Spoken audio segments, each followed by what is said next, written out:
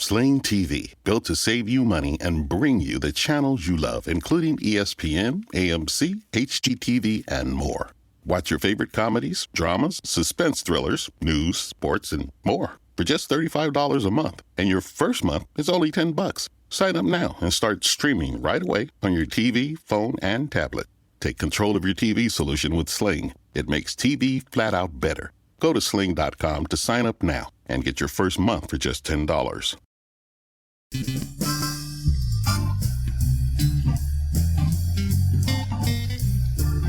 Right Night is a talk show with published authors, writers, and content creators discussing both the creative and technical sides of writing,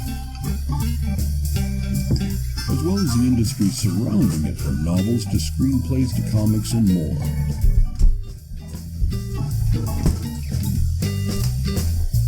And now, here's your host, author Travis I. Sivart.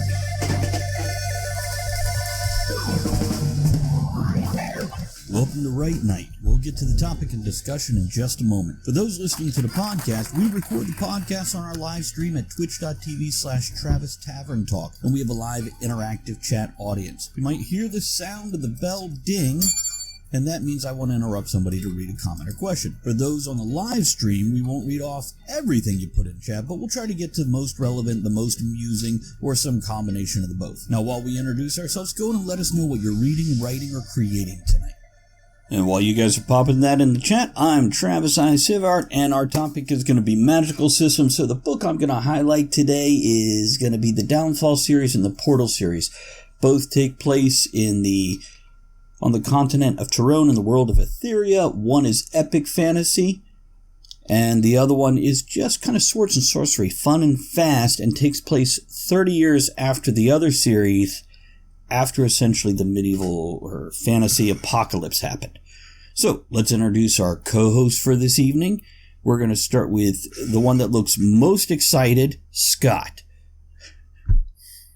Oh boy, get called on in class when you don't know the answer by the teacher. Oh boy. So I'm Scott.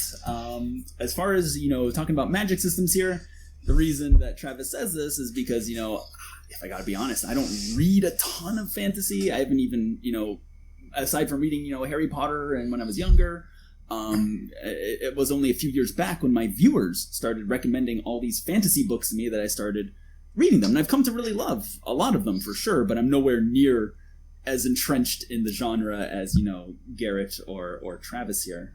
In my books, Metal to Angel Weapon, we have the angel weapons, I suppose, which can be considered a type of magic. All the different characters, they have these weapons installed in their bodies that let them do weird things. Like, there's elemental ones, but, another one can turn back or speed up time on anything that he touches, things like that. So it's interesting. I guess we'll get some maybe devil's advocate or maybe just inexperienced positions and ideas from me on this conversation. Awesome. Garrett? Actually, so what's really funny is that I think that probably at least you and I, and maybe Travis as well, are going to be in full agreement when it comes to magic systems, because we've talked about this before, but I really love Brandon Sanderson, and I could not disagree with him more when it comes to magic systems, because he has all these rules when it comes to magic and how it works and how it integrates with your story,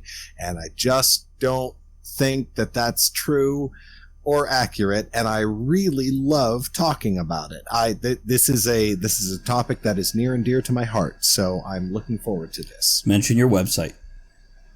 So you can find all my stuff at underrealm.net, where you can find the books of Underrealm that I have published and that I have published written by other authors, and they all feature the same magic system, which I'm sure I will talk about in depth tonight. Very good. Very good. Now, as I mentioned, the topic being magic systems, each of us have written something that can relate to that, but all of us have seen or read different magic systems.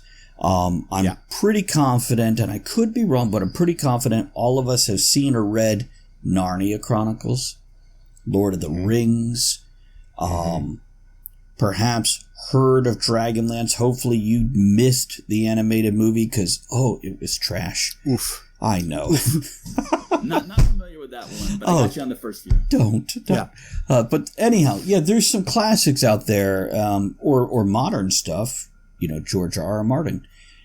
There's not really a magic system per se, but there is magic in that world. So here's something I'm going to beat on the whole time, and then we will go into details.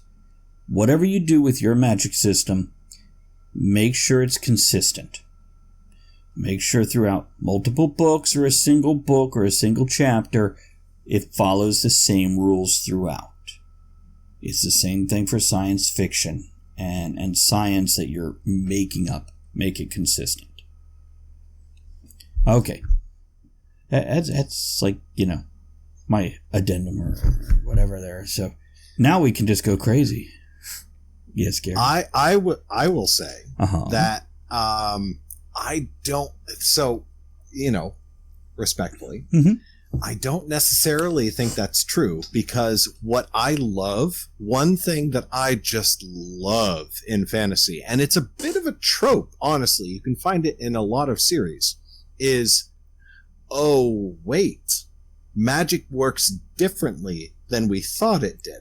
Right. Because that is science. And in fantasy, magic is science. And they're like, well, let me tell you, 1800 years ago, Aristotle said that the sun revolves around the earth, and therefore that is how it works. And that's how science works, and that's how it's always worked. And then one person is like, but I think that I have discovered evidence that the earth revolves around the sun. And it's like, heresy! But they're like, that person is correct. You Right. know what I mean?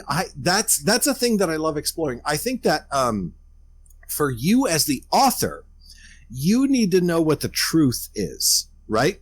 But it is okay for magic to work one way, and then for it to gradually, or not gradually, shift into working another way when somebody's like, wait. Oh, yeah, absolutely. What if I just try to do this and it works? That's a good plot twist, but it's still consistent with your story. You didn't break your own rules that you set up initially. You changed it because new information was introduced or a new way of doing things. And that's awesome. Yes. That's great. But to go, well, we can only make pink bubbles with magic. Suddenly there's a, orange elephant the size of a cat. Well, where'd that come from? Well, we're not going to talk about that. It's just here now. Anybody, you guys read the Discworld books? Any Terry Pratchett fans here? Yes. I'm currently in a reread right now. I'm reading a few of them for the first time. Scott, what is your fantasy background, even if it's only the past couple of years? Can you name a few authors or series or books that you've read in fantasy? Yeah, well, I mean, as far as just straight fantasy, it's like, the big ones, like the Game of Thrones, the King Killer Chronicles, by Patrick Rothfuss, that has extensive, magic systems. But it's kind of interesting for me because, again, maybe it's because I'm a latecomer to this genre, but when I hear this all the time from my viewers and online and whatever, I hear that, the character, I was reading a book and the characters were okay and the story was fine, but man, the magic system was really cool. And to me, as like a foreigner, it's like hearing, the plot was okay and the characters were okay, but the currency system, oh my god, it was so cool. Yeah. Like, okay, I don't really get it, and it's because for me, the magic system is just a part of the story, and I'm far more interested in... Imagine somebody reading a comic book and they're like, yeah, the art was okay, the characters are okay, but the color palette was beautiful. And that's what this is just their thing. That's their geek, their right. technicality and that they love. But I'm with you. I'm kind of like, and? Right. But it's just, if it was just one or two people here or there, saying that, then I would be, okay, whatever, that's fine. But it's I get this quite often, and I'm not saying that that's wrong or whatever. I am kind of intrigued as to how, a magic system can carry an otherwise kind of so-so story for so many people. Because for me, the only reason that I would care about a magic system is how woven it is into the story itself. Like even something that might not even be considered a magic system, like Death Note. If you've ever read the manga Death Note or the anime, like, is the Death Note a magic system where you write somebody's name in the note and they die? Is that a magic system? Kind of, yeah. Whatever. But the point is that the story couldn't exist without that magic in it, you know. Right. And that's what I'm concerned about. Not so much, you know, the coolness or whatever, but just what's the story around that system, you know? I like that too. Let me read a couple comments. Garrett, I see you taking a breath. I think you want to say something, but I'll read a few comments and then cut you loose. Goblin asked, would one create all these rules only to break them at a special moment? I don't even think that question has to relate to magic. I think in general, that's something a writer does. You set up all these things and then you go, surprise! Yeah, but in terms of magic systems, I am literally doing that right now in what I'm writing right now. It's great. It's a wonderful feeling. It's fantastic. No wonder you came out like that with the very opening there. You're like, but... Yeah. Enough. Yeah. Bubbles says it's funny because a lot of ideas that used to be considered science back in the day have seen new life in fiction as magic, like the Aether, which was sort of the precursor to quantum field theory. Yeah, there is a lot of that stuff. And also, if you've read enough sci-fi or fantasy, you'll hear people say at some point in time, magic is science that hasn't yet been discovered. You know, if you can't explain the science, it feels like magic. It's totally. So yeah, and I think that one thing, you know, again, I'm speaking as someone who is not an expert in this by any stretch of the imagination, but I think if you are someone who enjoys magic systems and is writing a story, it's important to think about what kind of story you want to tell, and as far as, you know, rules and all that. Because, like, if you're going to write a story like a Lord of the Rings story where you're following the adventures of, you know, these two hobbits who do not have magic, then maybe you don't need to know the rules so much. Gandalf just comes in and does whatever Gandalf does, and it doesn't really matter to Frodo and Sam, you know?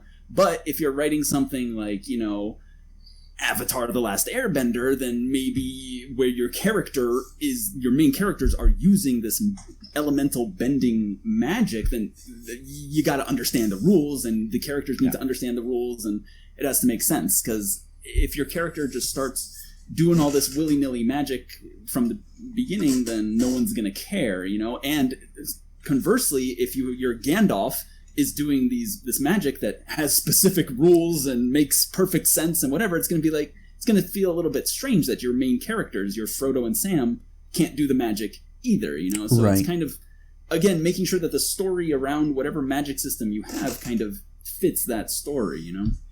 Yeah. How many rules do you actually make for your magic system, Garrett? Because I make very few. I make guidelines. They're like a couple bullet points, so I make sure I stay within the framework. So for me, I love Brandon Sanderson. Right. And I love his magic systems. Right. Every book that I've read of his, I'm just like, oh, this is so cool. He made another one. The rule. Yeah, exactly. And I feel the same way reading a Brandon Sanderson book that I feel playing D&D or any other tabletop role-playing game where I'm like, oh, look how this rule interacts with this rule. And like, oh, I can do this with this. And oh, what if you apply this rule to this thing over here? And as a writer, I fucking one per episode. Sorry. It's okay.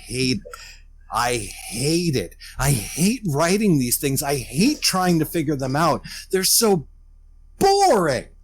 I really enjoy consuming them, and I don't like creating them at all. So my magic system is pretty soft.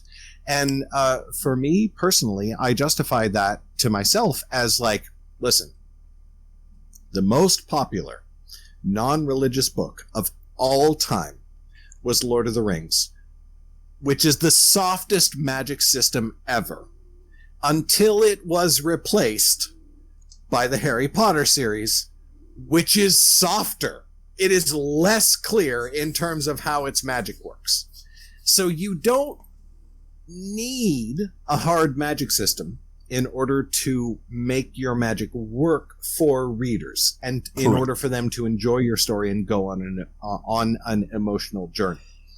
And I think that taking like a little bit from both camps can serve a lot of writers very well, because let's face it, in today's day and age, a lot of people are, no matter what, if you're writing fantasy with magic, people are going to measure you against Brandon Sanderson.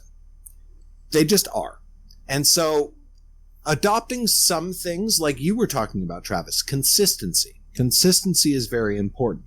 And in Sanderson's work, what's really hilarious to me is that he, in the Mistborn series, which is like one of my favorite fantasy series of all times, he establishes these clear rules for how magic works. And then at the end of each book, he breaks it just a little. And it's in a way that you can justify as a reader. You're like, oh, nobody realized that before. Right. But it makes total sense because A, B, and C that he had established beforehand. And that's the sweet spot where I love to live. Where, like, I have rules, but, like, they're always just pushed a little bit and a little bit and a little bit. I feel like if you made them hard and wrote them down and created this checklist of, it'd be like one of those hard sci-fi books where it's just too much technicality to the point where I, as a reader, I don't care. I don't need that much. And hold on. In response to the D&D comment from Garrett, in Critical Failures, they use a bag holding to drain water from a hole to keep themselves from drowning. See, that's fun magic. And why not? But yeah, I don't want... And why not? Just one thing that you just said there, coming up with all these rules and whatever, it reminds me of an interaction that I had when I was running these IRL writing groups in Boston.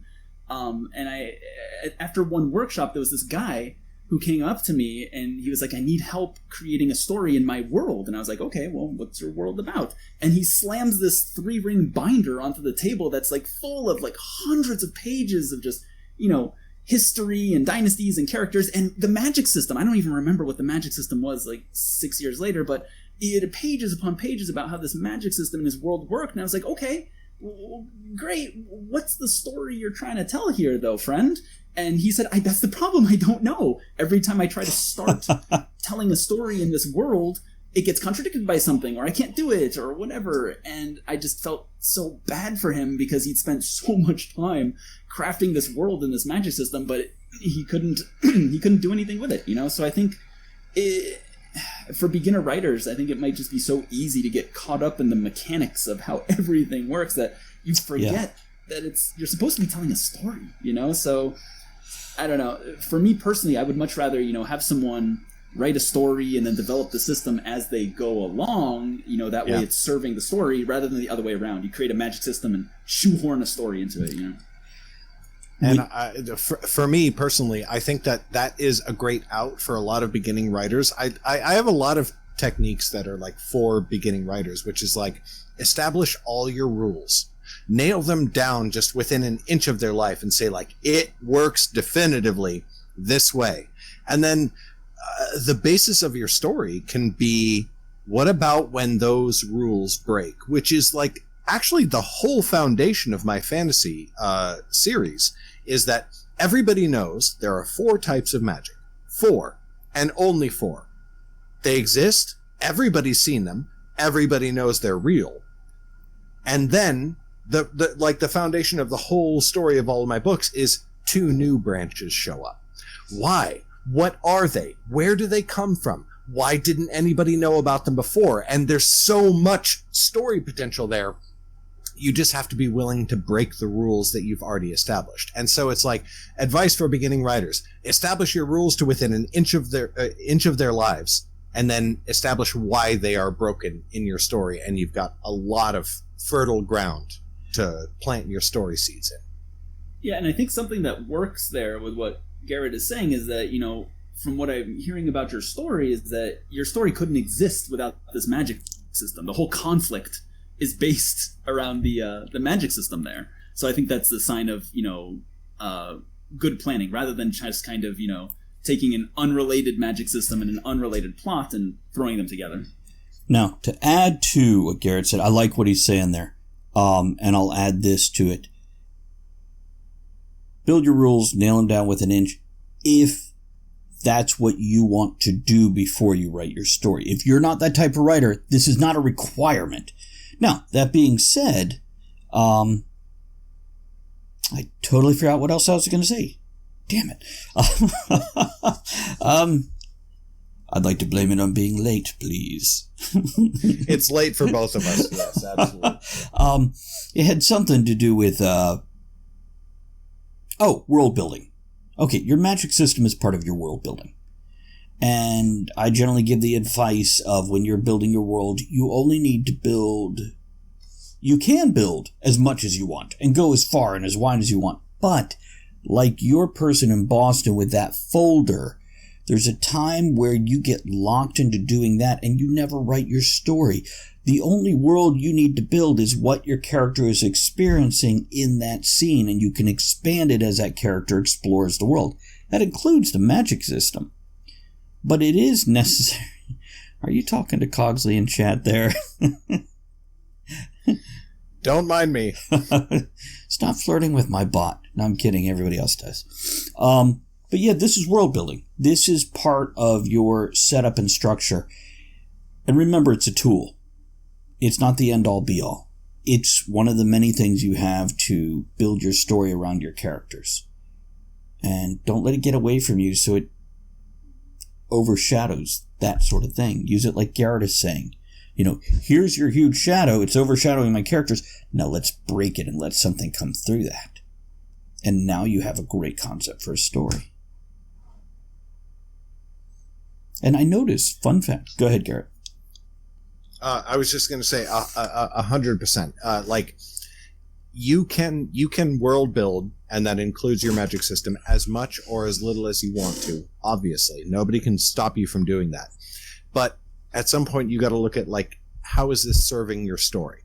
Right. And to a degree, I only world build and establish my rules for magic as far as it is helping the book that I'm writing right now. And you know what? Maybe 50 books in, that will be a restriction. Maybe that will actually hamper what I'm writing. But I'm 15 books in, and it hasn't been a hindrance so far, so I'm willing to stick with it. See, and also over that kind of length, you definitely want the ability to flex a little bit, change your magic system, because it makes it interesting. Of course, if we look at laws of nature, you have your sun rises in one side, sets in the other. Of course, you can change that or break that, but that changes everything else around it, too. Gravity works a certain way, weather works a certain way, and there's a level of expectation. So you have those ground rules, and yes, you could break them. And magic systems are no different. They're part of that world. They're part of that nature. And there are certain expectations, but you can't have a tornado in your weather system. You can't have an eclipse in your sunrise and sunset system. So you can have these moments where something weird happens, and it changes and it breaks it. And here's a fun fact that I've noticed. None of us are detailing our specific magic systems. As much as we love what we do and the systems we've built and we created and we work with, notice they're not on the tip of our tongue. They're not the important thing in this conversation. That's more like sitting at a bar with a drink going, oh, I like to do this with this. This is something bigger. And Scott, you were reluctant with this topic because you know your fantasy background and everything, but I see you're adding a lot to it because you're a reader and more important, and not more important, also you're a writer and you understand the concept of a system within a written world and how it works and interacts. Oh, yeah, and what you said a few minutes ago, Travis, where writing the story and kind of developing these systems as you go along. I think that's the way that you want to do it. That's what I tell people all the time when they talk about their world building or whatever. It's like, Mhm. I don't give a crap about the world building. Write the story, world build as you go, make sure it fits the story. But I think that there are a lot of people who really want to do it the other way around, and they want to world build first, and they want to come up with their magic system and whatever. And what I would say, to those people is there are a couple questions that you want to ask yourself, rather than At Capella University, you're in control of your education. With the game-changing FlexPath format, you can set your own deadlines and move at your own pace. The faster you move, the more you save. Visit capella.edu to learn more. At Capella University, you're in control of your education. With the game-changing FlexPath format, you can set your own deadlines and move at your own pace. The faster you move, the more you save. Visit capella.edu to learn more. than making your periodic table of Right. magic or whatever, is more just, asking yourself questions like, what are sure, my magic can do this, but what are the weaknesses of my magic? What are the drawbacks and the consequences of using it? And, what are the ramifications and ripple effects of this magic on the world, and kind of go from there, I remember we did a stream a while ago where we built our own magic system because, of course, that's what the people want to see. Right. And I think we came up with some sort of like prophecy magic in our world. And it's like prophecy magic usually is really boring or whatever. So we said, okay, well, what are some weaknesses and consequences that we can do for prophecy magic? And let's say, the people who make prophecies, they have to like turn their brains they have to overclock their brains in order to make these prophecies, and it slowly makes them go more and more insane the more they do it. And in order to overclock their brains, they have to do these horrible, horrible things in order to tap into that power, and they have to do more and more horrible things every time in order to get that, and then it's like, okay, that's kind of cool. Now we go from this like boring prophecy magic to something that's actually interesting by asking ourselves these questions. Again, what are the weaknesses, the ramifications, the consequences? So I think if you're somebody who does enjoy that kind of, like top-down world building where you start with the world and then create the story, those are the kind of questions you want to ask, not necessarily the periodic table of magic or whatever, Bubbles says, I'm one of those people. I love world building, and I really wanted to make a world and lay the foundation for the stories I can tell. I also really wanted to do it in a way that explores what Scott was saying, like weaknesses and caveats and things like that. Also because drawing maps is fun. Commander Bubbles, what I have seen is writers will use any excuse to not actually write their damn story. And world building is one of those things. I have seen so many, especially newer writers, come in and they're like, I'm world building. I'm like, great, what's your character? I'm world building. Okay, what's your story? There's gonna be werewolves. And I'm like, okay, so nothing. That's what I'm hearing. You got nothing. Scott laughed. I wasn't talking about anybody specific, okay? Go. Somebody else talk for a second. I'm busy. I had a really funny experience with my whole fantasy universe of Underrealm. So long ago, in another life, when I was working on film, I had this idea for a series that was an epic fantasy series, and it featured these two cell swords, and they were very worldly, and one of them was a wizard, and he was hiding the fact that he was a wizard because he didn't like the expectations that it put on him. And one of them had just discovered that she was the chosen one, that trope. She was the prophesied hero, and she was like, no, I don't want any part of this. No, please. I was very happy with my life when I was just nobody. I don't want this.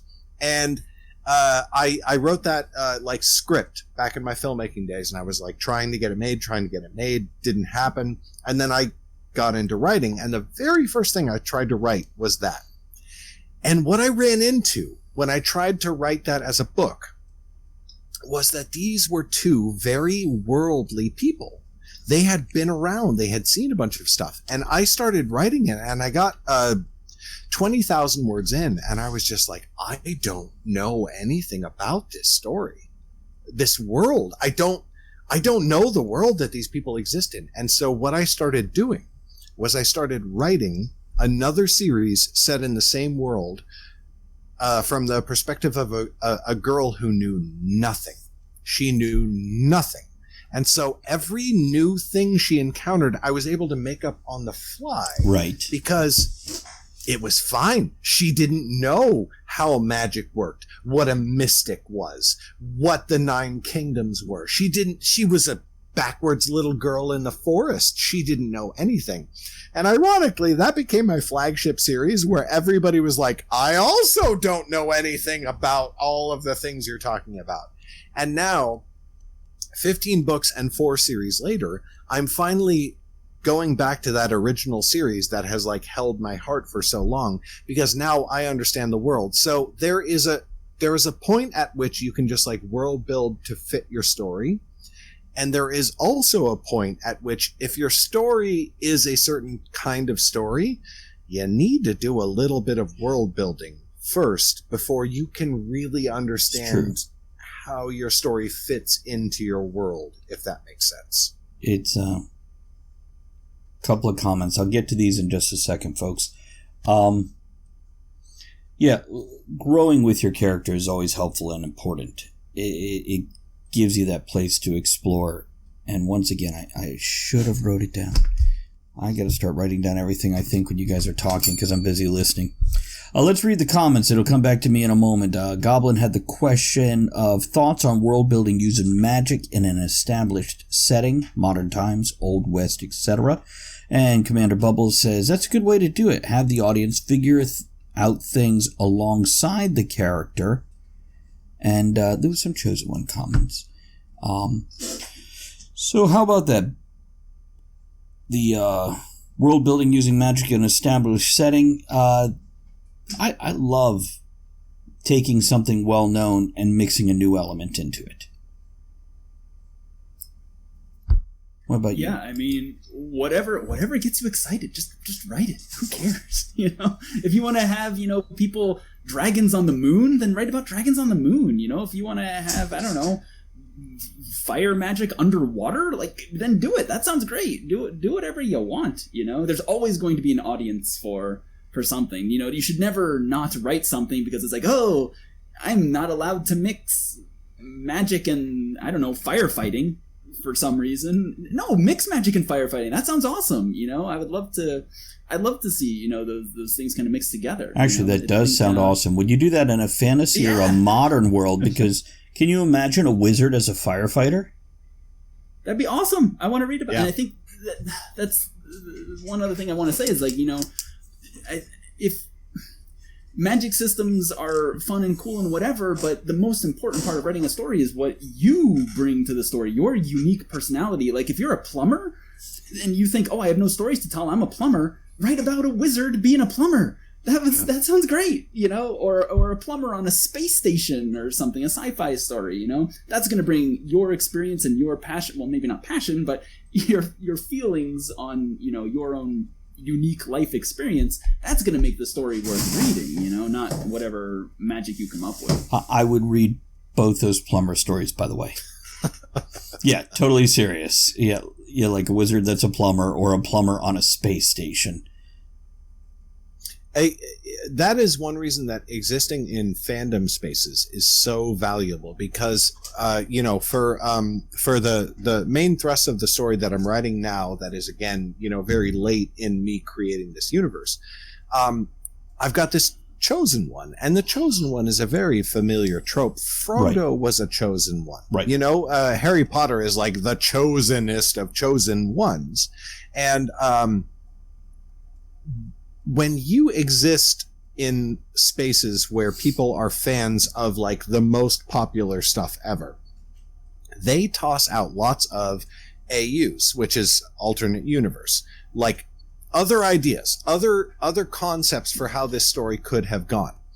And one that I just love is the chosen one who doesn't want any part of it. They're just like, no, I'm Karen. I live in this cottage on the corner. I don't want any part of this. The reluctant hero. I don't want to have anything. Yeah, exactly. And the reluctant hero is, its own trope. Mm-hmm. But that was a big impetus for me, was like, what if you found out that you were like the reincarnated, comes every several generations hero, and you didn't know it, and suddenly you found out and you were like, but I don't want that. I have these other things that are way more important to me. I have a question. Yeah. Okay. So I'm really curious. Is your Karen on the corner in the cottage who doesn't want to do this, is she like 17 or is she like 47? Because I think it'd be hilarious if she was like 47, past middle age, and just like, you got to be kidding me. I've got 3 grown kids. Okay. Go on. So that would be great. In my total chosen one trope, she is 25. So she's right in like that very 18 to 36 bracket. Still in her peak though. Always Yeah. courting. Yeah. The other series that I've got, the 2 main protagonists are both like firmly middle age. They're like, they've been around the block. They've done this, they've done that. They've been bartenders and mercenaries and, just like everything in between. And they're just like, this is kind of exhausting, isn't it? Like, boy, I've done all this before and I don't want to. And then to it, she's not a chosen one, but it's hard to say without spoilers, but she basically is like, oh, I have to actually do a thing now. Like, don't I? Like my life is calling me to do this thing. All right, strap on the old shield. Imagine doing a fantasy series, a buddy series with Gandalf, Gimli, and Elrond on a road trip, where they're the ones that pull all the strings, they're the ones that manipulate people, and here they are like, oh, damn it, we've got to go mess with the hobbits again because we've got to kick them in the butt so they go do this thing. Throwing Gimli into that mix is the best thing ever. Yeah, and not Legolas, like, Elrond. Oh Elrond, who is all haughty and like, oh, we just don't have time for this. And Gandalf like, what is this? Are we talking about magic systems? Well, there's fan fiction. We've gone really far afield at this point. Yeah, we're writers. What do you want from us? This is what we do. Fair enough. Oh, I remember what I was going to say earlier. There is nothing like writing raw fantasy where you can just make stuff up on the fly. It's so much fun for me. But once you're so many books in, you actually have to do research, and the way you have to do research is by going back through your own muddled, messy notes or rereading your novels and hoping you put it in there, because there's this one thing that you know is a rule that you put somewhere. So using your own notes as research is, well, you can't Google it. It's though sometimes if you have a fan base, I do not have this kind of fan base, you could just put it on the message board going, what happened in episode 36 when Kirk tore his shirt? Somebody will have the answer for you. Yeah. It's I learned from the world of film and television, and before I started writing anything, I started a World Bible document. Right. And that document is now 300,000 words long, which is about 3 times longer than any of my individual books. Like, I've got everything in there. And the thing I've had to learn is that you will still find sometimes things that you're sure you put in a book, but you can't find it in the Bible. Mm-hmm. And so you have to go like digging through your books. Right. So my question for you, Garrett, then is you have this 300,000 word document of the Bible for your series, but is everything that's in that Bible, is that present in your series, or is a lot of it just for you? No. Well, a minority of it is just for me, but a majority of it is actually referenced. And so I whenever I put something in the Bible, I reference book 3, page or chapter blah this, and I will actually like copy paste from. So 300,000 words is probably like a little bit overblown because I copy paste a lot of text references from what I already wrote, but I'll paste the actual quote that's in a published book where I'm like, and Dorsey took the field and their banners were red and yellow and da-da-da, and it's the actual paragraph from the book. And so I'm like, okay, if I ever have Dortian colors in the future, it's red and yellow because I said it was in the third book. And how do you find everything? Oh, boy. That's Scrivener what I'm talking about. Scrivener is great. It's really awesome. Like I have my world building, my story Bible open right here. And so I have like 3 major sections, which is like characters, locations, and a third thing that I can't remember right now. And then those are all subdivided, and then those are all subdivided. And it's just, my system makes sense to me. It's all that matters. That's all that. Yeah. Let's see. Let me read 2 comments here, and we'll get into some wrap-up thoughts here after we respond to this. Commander Bubble says, my thought process has included things like, what if we had a Japanese psychic and her werewolf girlfriend fighting a giant squid? And what if we had the Pope fighting Nazi ghosts with a sword? There's nothing to reply to that. I just thought it was great. I wanted to read it. Yeah. Bubbles also says, the feeling of, wait, did I put that in that story? Time to control F just to be sure. Yeah, and I've had that before where, and heaven forbid you make up a name, and there's like vowels next to each other, and you spell it differently through your whole book. Or you spell it differently once. Yeah. Yeah, I've had that happen with like a country name also, where I'm like, did I spell it right the whole book? So I'll do a search through the whole book before I, publish and spell it both ways and make sure it's not in there twice. You want to hear a horror story here? Go on. For a second. Early in my career, this has since been fixed, so you don't have to worry about it now. I had an editor, and this editor took my book, and as you two are well aware, when an editor takes your book and then they send it back to you as a Word document, as is like, probably the standard, there's a lot of track changes with all of the things that they changed. And those are the things that you're supposed to review and be like, do I like that change? Do I not like that change? Right. What's good about that change? What's bad about that change? This editor made changes when track changes were off. And I didn't realize it for like a year, but he had returned my book manuscript. Character's name, Lauren, misspelled 3 times in the book as Lorem with an M. And I didn't realize it for a year until somebody was finally like, there's this typo, and I'm sure you probably already know about this and just haven't been able to fix it. And I was like, I did not know about this typo. So, anyway, that is a horror story for know and trust the people you work with. Because whether it is the spelling of your main character's name, because I cannot let that go ever, or your magic system, they better know what they're talking about, or you shouldn't be working with them. It's true. Scott, any closing thoughts on this topic? Nothing nearly as passionate as misspellings in your book. Wow.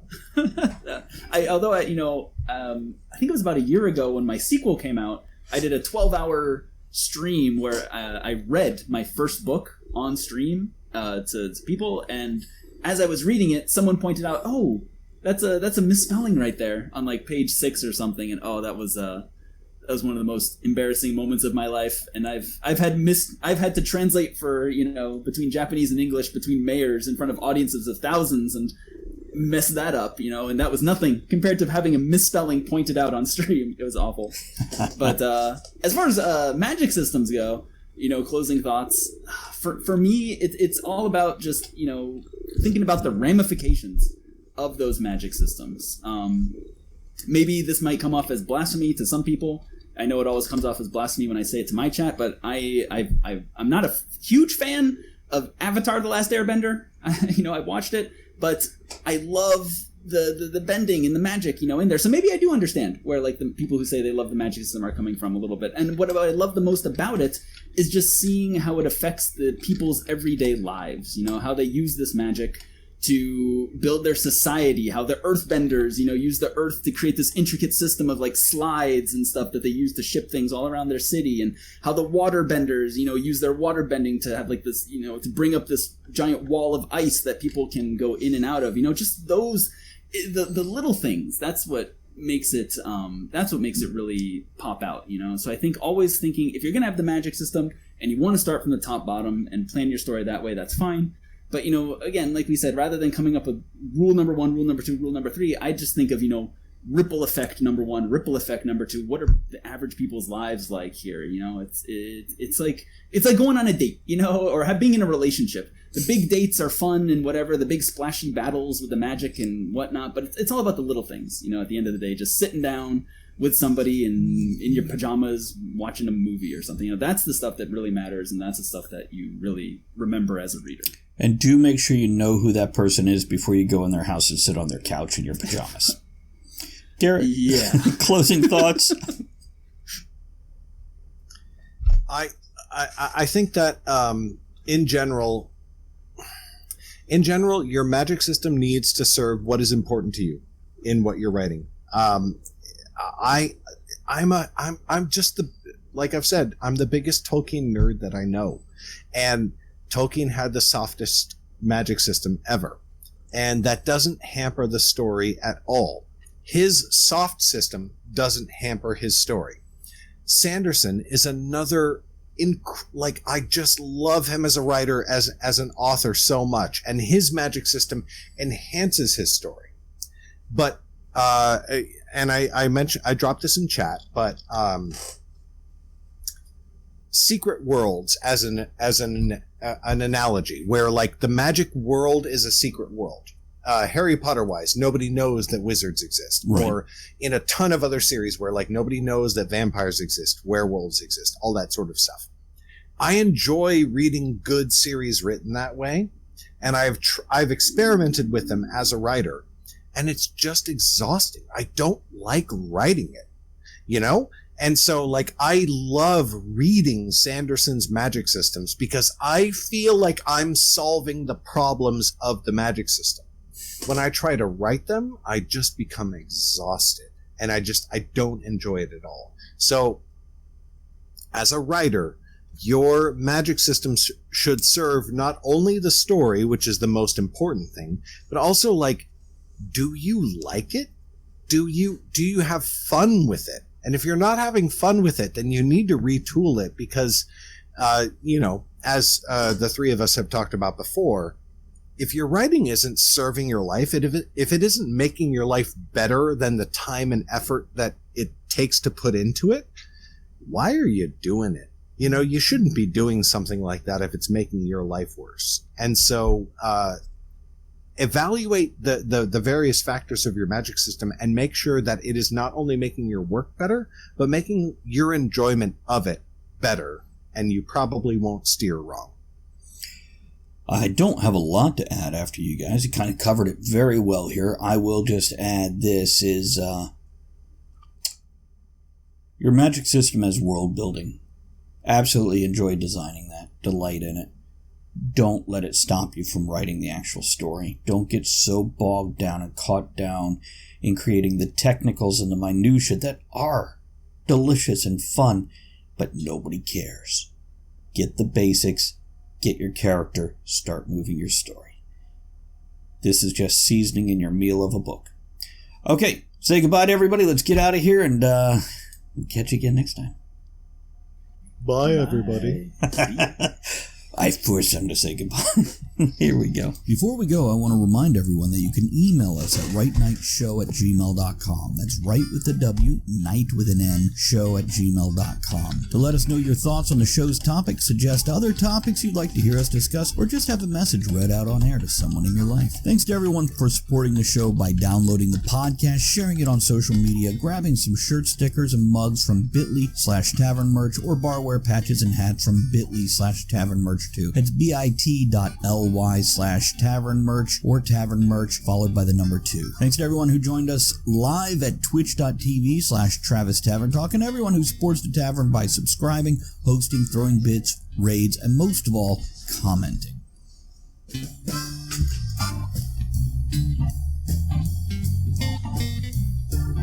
Thank you for joining author Travis I. Sivart and the other writers, content creators, and all-around amazing people for our discussion here on Writing. Join us again soon, and until you do, make sure you create with passion, enjoy the journey, and remember, every night can be right now.